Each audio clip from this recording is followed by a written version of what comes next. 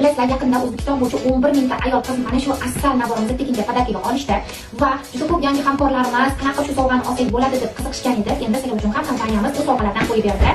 Bilasizlar, kompaniyamiz an'anasi bor, bir yilda bir marta shunaqa zo'r qimmatbaho naborlarni tekinga tarqatadi. Bu lotereya emas, shart bajargan har bitta qizlarimiz bu sovg'ani olishadi.